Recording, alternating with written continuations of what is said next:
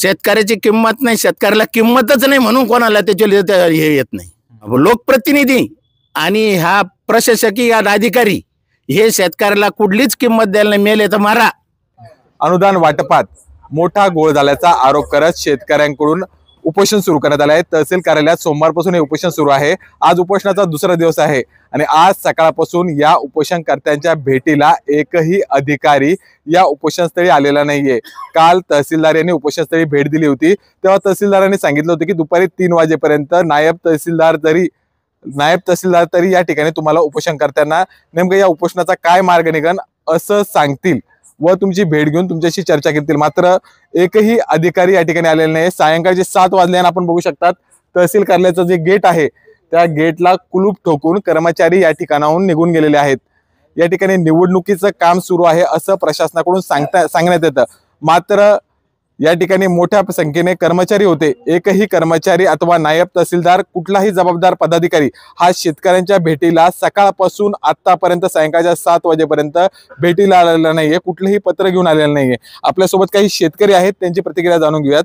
बाबा, काय घडलं दिवसभर कोणतेच अधिकारी या ठिकाणी आलेले नाहीत। त्यांनी काल जे ना आपले अजित काळे साहेब शेतकरी संघटनेचे अध्यक्ष यांना त्यांनी सांगितलं होतं की उद्या 3 वाजेपर्यंत तुम्हाला आम्ही पूर्ण टोटल अहवाल देऊ आणि पुढचं काय कारवाई करायची त्या पद्धतीने रिक्वेरी परत पुन्हा आपल्याला हे करून आंदोलनस्थळी भेट द्यायला आज लोकप्रतिनिधी आले काही? लोकप्रतिनिधी या तालुक्याचे आमदार रमेश बोरनारे सर आले, त्यांनी सांगितलं का 3 वाजेपर्यंत ते येणार आहेत म्हणून। कोण येणार आहे? तहसीलदार कोणीच आलेलं नाही। काय शेतकऱ्याची किंमत काय वाटतं तुम्हाला? शेतकऱ्याची किंमत नाही, शेतकऱ्याला किंमतच नाही म्हणून कोणाला त्याच्या हे येत नाही।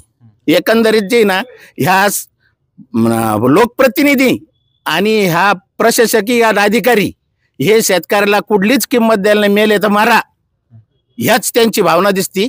यावरून आम्हाला असं दिसून येतं शेतकऱ्याची किंमत अधिकारी व प्रतिनिधी अधिकाऱ्याला, महसूलच्या अधिकाऱ्यांना जे शेतकऱ्याची 0 किंमत आहे आणि इकडे कोणी ढोकून सुद्धा पाहिलं नाही। आमदारांनी शब्द देऊन सुद्धा अधिकारी इथे हजर झाले नाही, एसडीएम सुद्धा नाही आणि तहसीलदार सुद्धा नाही। याचा अर्थ असा की आमदार साहेबांनी सांगितलं असेल त्यांना की जाऊ नका म्हणून। महसूल प्रशासनाचं बघा तुम्ही, या ठिकाणी अधिकारी आमच्याकडे बघून हसत निघून गेले। या ठिकाणी मी बघितलं, आम्ही इथं बसलेलो आहे, आमचे शेतकरी पुत्र या ठिकाणी मनोगत व्यक्त करताय आणि तो अक्षरशः ते अधिकारी बघितलं तर हसत या ठिकाणी निघून गेले। म्हणजे आमच्याकडे बघण्याची जो दृष्टिकोन आहे त्यांचावाला, हा सुद्धा त्यांच्यावाला त्या स्मित हास्यावरून आमच्या लक्षात येतो की तुम्ही किती इथं या ठिकाणी बसले आणि किती काही केलं तर तुम्हाला या ठिकाणी न्याय मिळणार नाही, अशा पद्धतीचं त्यांच्याकडे आमच्याकडे बघण्याचा दृष्टिकोन दिसतो।